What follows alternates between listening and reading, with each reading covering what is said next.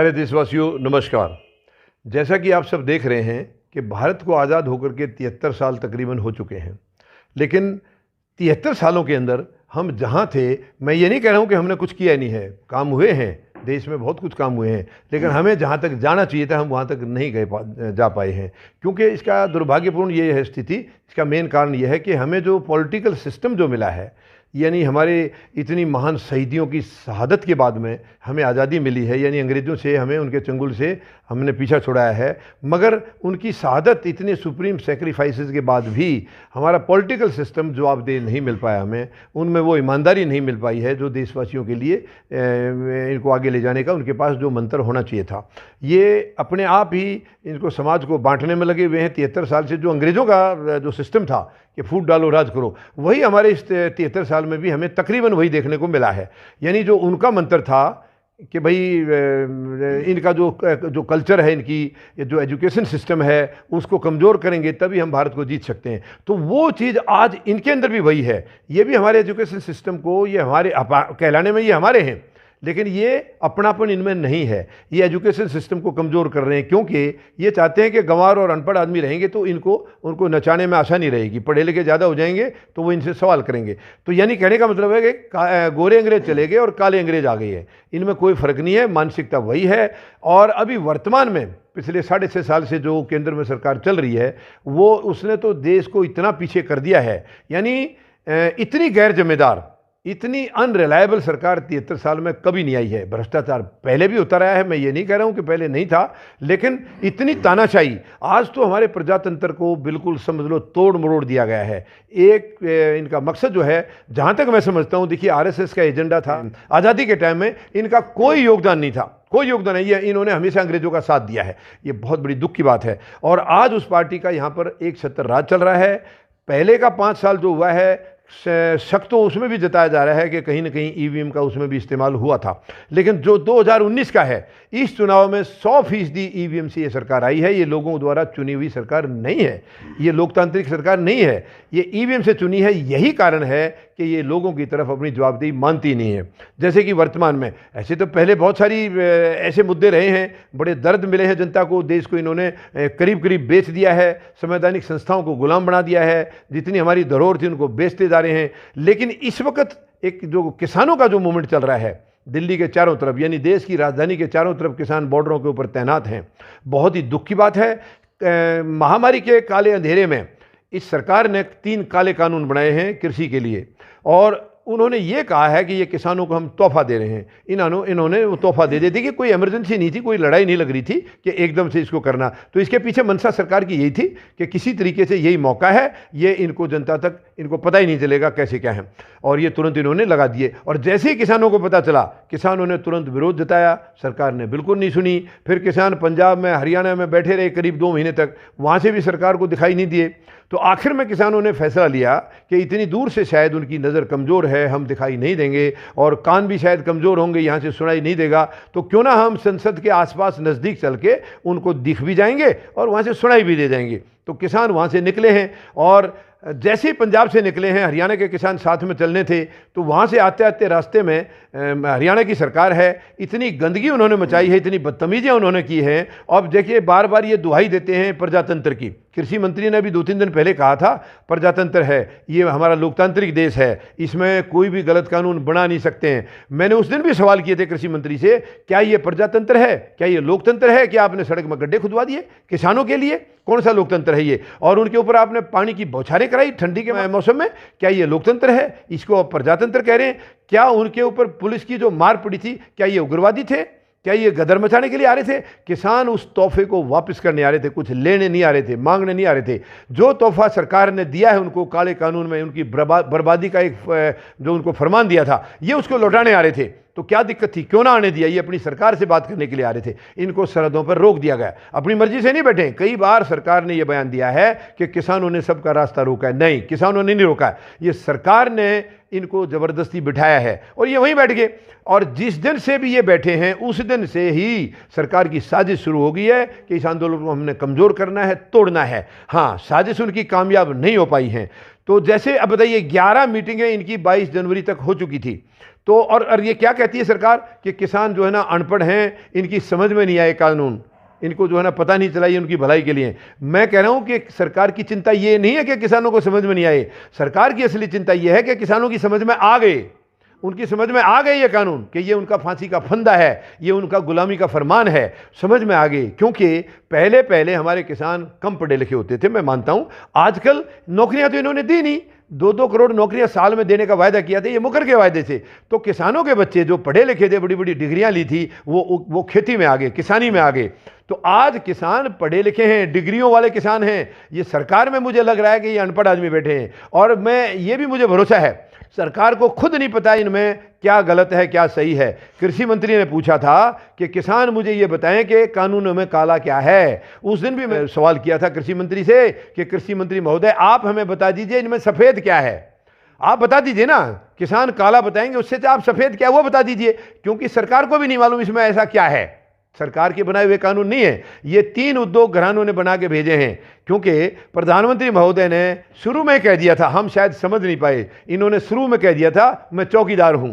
हमने सोचा कि शायद ये देश की जो जिम्मेवारी जो अपनी निभाएंगे वो सेवा के तौर पे निभाएंगे, उसको चौकीदार के तौर पे हम खुश हुए थे। लेकिन इनका कहने का मतलब था ये उद्योग घरानों के चौकीदार हैं, उद्योग घराने सरकार को चला रहे हैं, तो ये उनके चौकीदार हैं और वही चौकीदार निभा रहे हैं।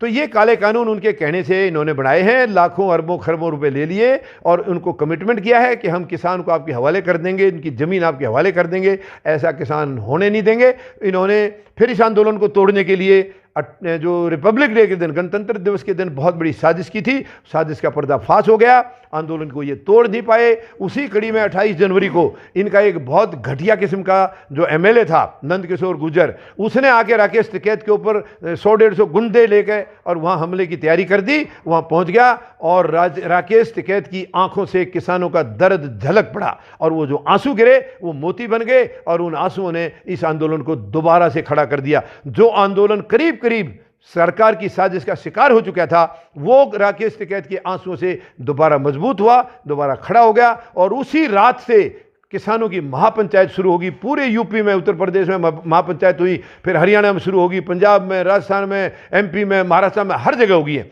और पूरा देश इकट्ठा हो गया है। 140 करोड़ लोग आ गए हैं, क्योंकि ये रोटी का सवाल है, हर आदमी की रोटी का सवाल है। रोटी अगर तिजोरी में चली गई तो कुछ नहीं बचेगा, खत्म हो जाएगा। इसलिए सारा देश इनके साथ है। और अब ये देखिए 73 साल में देश को इन्होंने इतना दर्द दिया, कम से ये पिछले 6.5 साल में सबसे ज़्यादा दर्द दिया। भ्रष्टाचार चरम सीमा पर है, दिखाई नहीं दे रहा। जो इनके खिलाफ आवाज़ उठाता है उसको ये देशद्रोही बताते हैं, उसके ऊपर ये छापे गिरवाते हैं। खुद देशद्रोही हैं ये, और देशभक्तों को ये देशद्रोही बताते हैं। तो ये बहुत दुखद है। तो फौजी जनता पार्टी का संकल्प है कि ये शुद्ध राजनीति स्थापित करेंगे। जिस राजनीति को जंग लग चुका है, गंदी हो चुकी है, उसको ये शुद्ध राजनीति में बदलेंगे। जो उम्मीदवार होंगे वो जनता की पसंद के होंगे, जनता से लेंगे। हमारा एनजीओ भी है, मतदाता जागृति संगठन, उसका काम है जनता के बीच में जाके, कंस्टिट्यूएंसी में, विधानसभा क्षेत्रों में, पार्लियामेंट क्षेत्रों में जाके, पंचायतों में, वहाँ से ये उम्मीदवार लेंगे जनता की पसंद का। उनको हम लड़ाएंगे, ताकि जब तक गरीब और वो रिमोट में रहने वाला जब तक प्रशासन का हिस्सा नहीं होगा, तब तक ये देश तरक्की नहीं करेगा। ये कह रहे हैं आज जो है देश तरक्की कर रहा है। देश में मैं कह रहा हूँ आधे आदमी भूखे सोते हैं आज भी, और इनको नए नए जो है काम चाहिए। प्रधानमंत्री महोदय को पिछले जहाज अच्छे नहीं लगे, 8,500 करोड़ का दूसरा जहाज लिया, क्यों? क्या वो देश की संपत्ति नहीं है? संसद भवन इनको अच्छा नहीं लग रहा, अंग्रेजों का बनाया हुआ इतना सुंदर संसद भवन है, वो इनको अच्छा नहीं लग रहा। 20,000 करोड़ लगा करके दूसरा बनवा रहे, क्यों बनवा रहे? यहाँ क्या दिक्कत है? नहीं आप बैठना चाह रहे, आप जाइए, कोई और बैठेगा वहां पर। तो कहने का मतलब है ये गैर जिम्मेदार सरकार है। इनको जो है ना गरीब के सिर पर छत नहीं है उसकी चिंता नहीं है, गरीब को रोटी नहीं है उसकी चिंता नहीं है, इनको अपने लिए अपने शौक इनको पालने हैं। तो ये बहुत दुख की बात है। फौजी जनता पार्टी बिल्कुल बर्दाश्त नहीं करेगी। और फौजी जनता पार्टी अब पूरी तरह से पंचायत टू पार्लियामेंट, पंचायत में अभी उत्तर प्रदेश में थोड़ा चुनाव होने वाले हैं, वहाँ चुनाव लड़ेगी। फिर विधानसभा क्षेत्र आने वाले हैं 2022 में, वहाँ लड़ेगी। यानी हमारा नारा है सरहद से संसद, और इधर है पंचायत टू पार्लियामेंट। तो मैं देशवासियों से अपील करूँगा, फौजी जनता पार्टी के सदस्य बनिए और आप गंभीरता के साथ ईमानदारी की सरकार बनाइए। जो सरकार आपकी होगी, आपके लिए होगी और आपके द्वारा होगी। अब इस देश में तानाशाही की कोई जगह नहीं है, कोई जगह नहीं है। तानाशाह सरकार को बाहर का रास्ता दिखाना होगा, ईवीएम मशीन को हटाना होगा और जो पहले से चुनाव होते थे बैलेट पेपर से, वैसे ही चुनाव कराने पड़ेंगे, जिसमें गरीब, मजदूर, जवान और किसान चुन के जाएंगे, जो सच्चे जनप्रतिनिधि होंगे। आज वहाँ जनप्रतिनिधि नहीं है, आज वहाँ पार्टी प्रतिनिधि बैठे हैं। तो जनप्रतिनिधि जाएंगे तभी देश तरक्की करेगा, तभी देश जो है महाशक्ति बन सकेगा। तो मैं इसके ऊपर मेरे साथ में हमारे जो जॉइंट सेक्रेटरी हैं किरण पाल सिंह, वो भी कुछ आपसे विशेष कुछ चर्चा करेंगे। तो मैं अब माइक किरण पाल सिंह को देता हूं। धन्यवाद।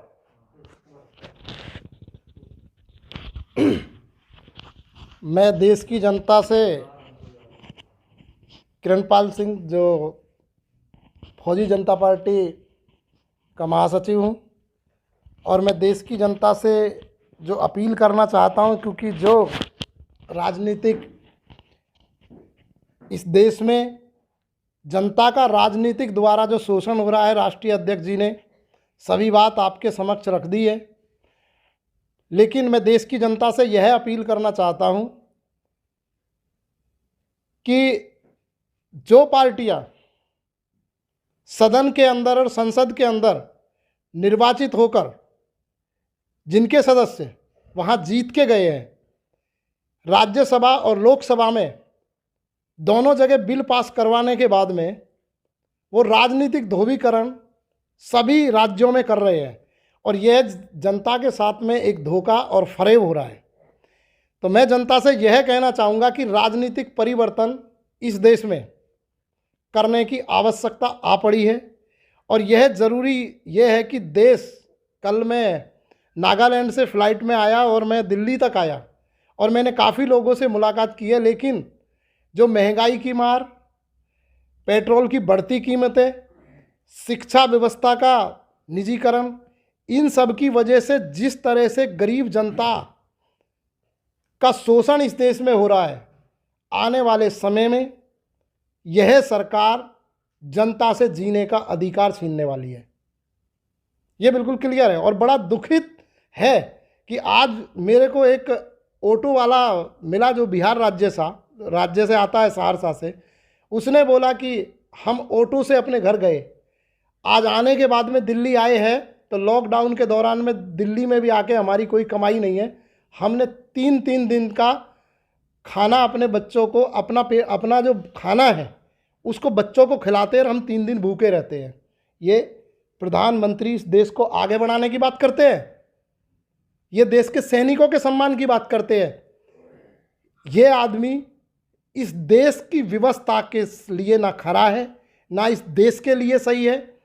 तो मैं जनता से यह अंतिम अपील करना चाहूँगा कि राष्ट्रीय अध्यक्ष जी ने सभी बातें कह दी है कि आने वाले समय में हम उत्तर प्रदेश से जो पंचायत चुनाव है इनसे शुरुआत करेंगे, और विधानसभा लोकसभा में हम संपूर्ण भारत के अंदर में पार्टी को चुनाव में ले जाने की प्रयास करेंगे। इसमें हमें जनता के सहयोग की ज़रूरत है।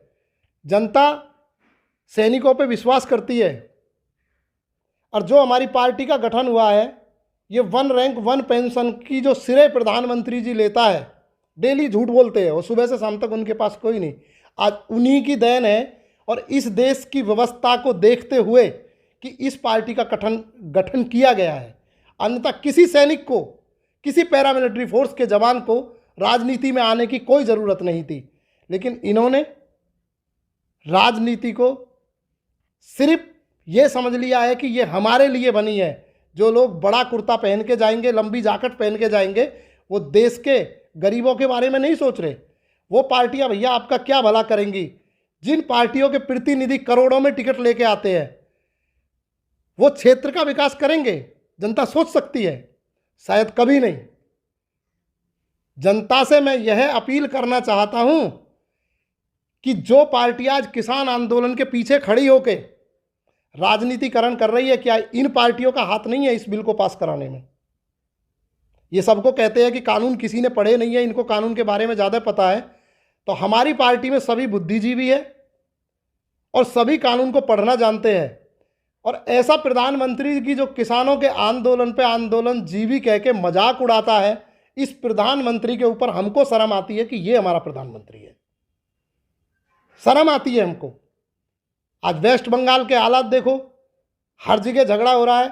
एक इन्होंने इस तरह का बना दिया है कि जैसे अभी सैनिटाइजर आया है ना, कि जो उसको हाथ में लगा लेगा वायरस खत्म हो जाएगा। तो जो बीजेपी के अंदर जाएगा, जिन्होंने भ्रष्टाचार किए, क्या वो इस देश में स्वच्छ हो गया वहां पे जाने के बाद में? प्रधानमंत्री जी जवाब दो कि आपने शुभेंदु अधिकारी को पार्टी के अंदर लिया है, आपने बहुत सारे टीएमसी को के जो लोग आपके पास में आए हैं, उनके पास में शारदा चिटफंड घोटाले के कितने चार्जेज है आपको पता है। लेकिन जनता का बेवकूफ़ जिस तरह से आप लोग बना रहे हैं, वो आगे चलने वाला नहीं है।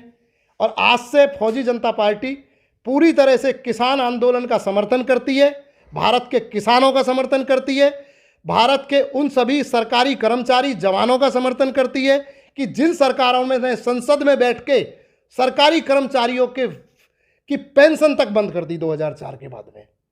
ये देश अनिल अंबानी, ये किसी के बाप की जागीर नहीं है, ये देश भारत है।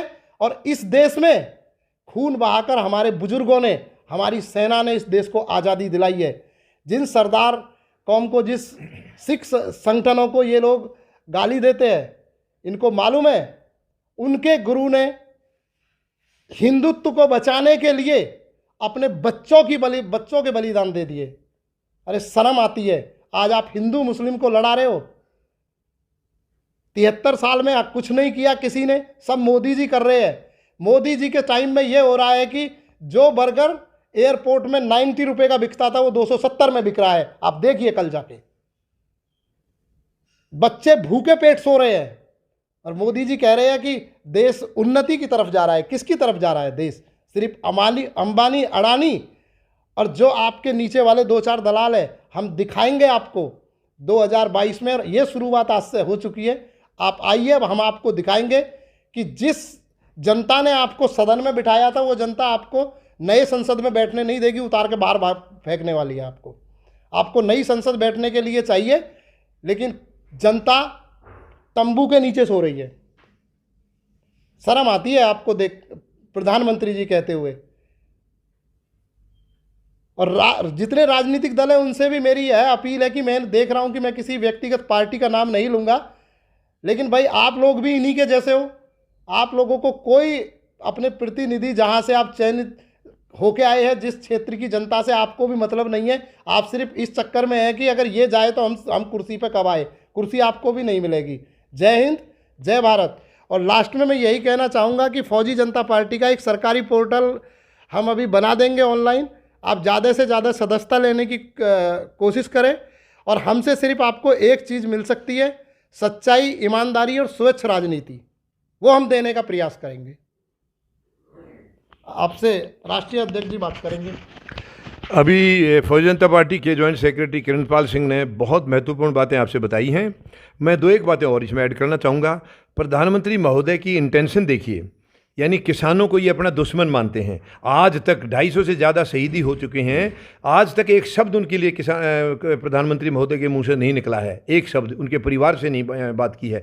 और इनके चहते खांसी जुकाम जरा सा हो जाए तो हवाई जहाज़ जो हमारे पैसे से चलता है उसको लेकर तुरंत उनका हाल पूछने चले जाते हैं। बहुत दुख की बात है, बहुत दुख की बात है। किसानों को जो दर्द देगा वो किसी का नहीं हो सकता है। किसान इस देश का यानी अगर मैं ये कहूँ कि पूरा देश एक वर्ग में समाया हुआ है किसान में, तो बात गलत नहीं होगी। वो कैसे? किसान जब किसानी करता है, खेती करता है, तो उसके साथ मजदूर जुड़ा हुआ होता है, उसके साथ गरीब जुड़ा हुआ होता है। और जो सैनिक हैं हमारे, चाहे वो आर्मड फोर्सेज के हैं, चाहे हमारे पैरामिलिट्री फोर्सेज के हैं, चाहे वो पुलिस के जवान हैं, वो सारे इन किसानों के ही बेटे हैं, इन गरीबों के बेटे हैं, इन मजदूरों के बेटे हैं। कोई राजनेता का बेटा आज तक सेना में नहीं गया है, बेटा या बेटी, या किसी ब्यूरोक्रेट्स का वहाँ पर कोई नहीं गया है, बिल्कुल, और जाएगा भी नहीं कोई। और इन्होंने तो बल्कि कई बार ये कहा है कि सैनिक तो मरने के लिए होता है। बहुत दुख की बात है। एनीहाउ, मैं जनता से एक बार फिर अपील करूंगा। अभी 5 राज्यों में चुनाव हो रहे हैं, आसाम, बंगाल, केरला, तमिलनाडु और पुडुचेरी। फौजी जनता पार्टी तीनों सदर्न स्टेट्स में चुनाव लड़ रही है। अभी सीटों का हमने तय नहीं किया है कि कितनी लड़ेंगे, लेकिन टीम हमारी वहाँ तैयार हो चुकी है, उम्मीदवारों का चयन किया जा रहा है। हम इसमें देखेंगे जितनी हो सकी ज़्यादा से ज़्यादा सीटें हम लड़ेंगे, और मुझे पूरी उम्मीद है कुछ ना कुछ हमें कामयाबी ज़रूर मिलेगी। मैं जनता से अपील करूँगा कि जो कुछ भी मैंने आपसे फौजी जनता पार्टी की तरफ से बताया या मेरे जॉइंट सेक्रेटरी किरणपाल सिंह ने बताया है, ये आप ऐसा समझ लेना ये पत्थर की लकीर है। हम कभी भी आपसे जो कहेंगे उससे पीछे नहीं हटेंगे। झूठ की हमारे पास कोई जगह नहीं है, भ्रष्टाचार की कोई जगह नहीं है, गंदगी की कोई जगह नहीं है, द्वेष की कोई जगह नहीं है। देश से संस्कार खत्म होते जा रहे हैं, भाईचारा खत्म होता जा रहा है। फौजी जनता पार्टी भाईचारे को कायम करेगी और संस्कार हमारे युवाओं में बिल्कुल एकदम, ये समझ लिए संस्कृति हमारी खत्म होने के कगार पर पहुंच गई है। हम संस्कृति को जिंदा करेंगे। आपको कभी पीछे मुड़ के नहीं देखना पड़ेगा। हम जो मुंह से कहेंगे उससे कहीं ज़्यादा करके दिखाएंगे, ये हमारा वचन है। और हम कभी दोबारा आपसे ये नहीं कहेंगे कि ये जुमला था या सिर्फ कहने के लिए था। नहीं, ये जुमले वाली सरकारें अब टाइम उनका ख़त्म हो चुका है। अब वो जाएंगी, हर हालत में उनको उखाड़ा जाएगा। और ये आपकी सैनिकों की सरकार, फौजी जनता पार्टी यानी फौजी और देश की जनता, फौजी इनको लीड कर रहे हैं और देश की जनता का साथ है। चुनाव में हमारे में सब जाएंगे, सभी वर्ग, कोई सैनिक नहीं है, सभी जाएंगे। जहां सैनिक सूटेबल हैं सैनिक जाएंगे, दूसरे भाई सूटेबल हैं। लेकिन एक ही बात है कि उनका चरित्र जो है, हमारे सिविल में जो भाई बहन हैं उनका भी चरित्र जो है वो सैनिक का ही होगा, वही इसमें जाएगा, ताकि किसी को पीछे मुड़ के ना देखना पड़े, ताकि कोई अपने वचन से ना हटे। तो मैं आपसे अपील करूंगा, आप इसका हिस्सा बनिए। आपको गौरवान्वित आप महसूस करेंगे। आपको कभी पीछे मुड़कर नहीं देखना होगा और ये देश तभी तरक्की करेगा, तभी विश्व शक्ति की तरफ बढ़ेगा, जब हमारे गरीब आदमी इसमें प्रशासन का हिस्सा बनेंगे, जवान बनेंगे, मजदूर बनेंगे और किसान बनेंगे, तभी ये देश तरक्की करेगा। मुझे पूरा भरोसा है आपका हमें साथ मिलेगा, क्योंकि हम युवाओं की नज़र में ये नहीं कहलवाना चाह रहे कि हमारे बुजुर्ग थे, क्या उनको ये गंदगी दिखाई नहीं दी, उन्होंने कुछ नहीं किया है। इसलिए, वरना इस उम्र में हमें किसी चीज़ की ज़रूरत नहीं थी। परमात्मा की दया से दाल रोटी सुख से चल रही है। लेकिन अब क्योंकि हमारी आने वाली पीढ़ियों का भविष्य खतरे में है, अंधकार में है, वो काला भविष्य नज़र आ रहा है, हम वो भविष्य देख नहीं सकते हैं। इसलिए इस गंदगी को अब ख़त्म करना पड़ेगा। इस जो जंग लग चुकी राजनीति को, इसको ख़त्म करना होगा। हमारे प्रधानमंत्री स्वच्छ भारत का नारा देते हैं, लेकिन वो समझते हैं कि गलियों और सड़कों में झाड़ू लगाने से भारत स्वच्छ होगा। फौजी जनता पार्टी का मानना है कि जब राजनीति में झाड़ू लगेगा तब भारत स्वच्छ होगा। हम राजनीति में झाड़ू लगाने आए हैं और लगा के रहेंगे। और जो जनता को कमिटमेंट कर रहे हैं, अपने 140 करोड़ लोगों को जो वचन दे रहे हैं, हम कभी वचन से पीछे नहीं हटेंगे। केवल आपका साथ चाहिए और ये स्वर्ग आएगा इस देश के अंदर। सचमुच में भारत जो है सोने की चिड़िया जो हुआ करता, हम वापस इसको सोने की चिड़िया बना के रहेंगे। धन्यवाद। जय जवान, जय किसान, जय हिंद।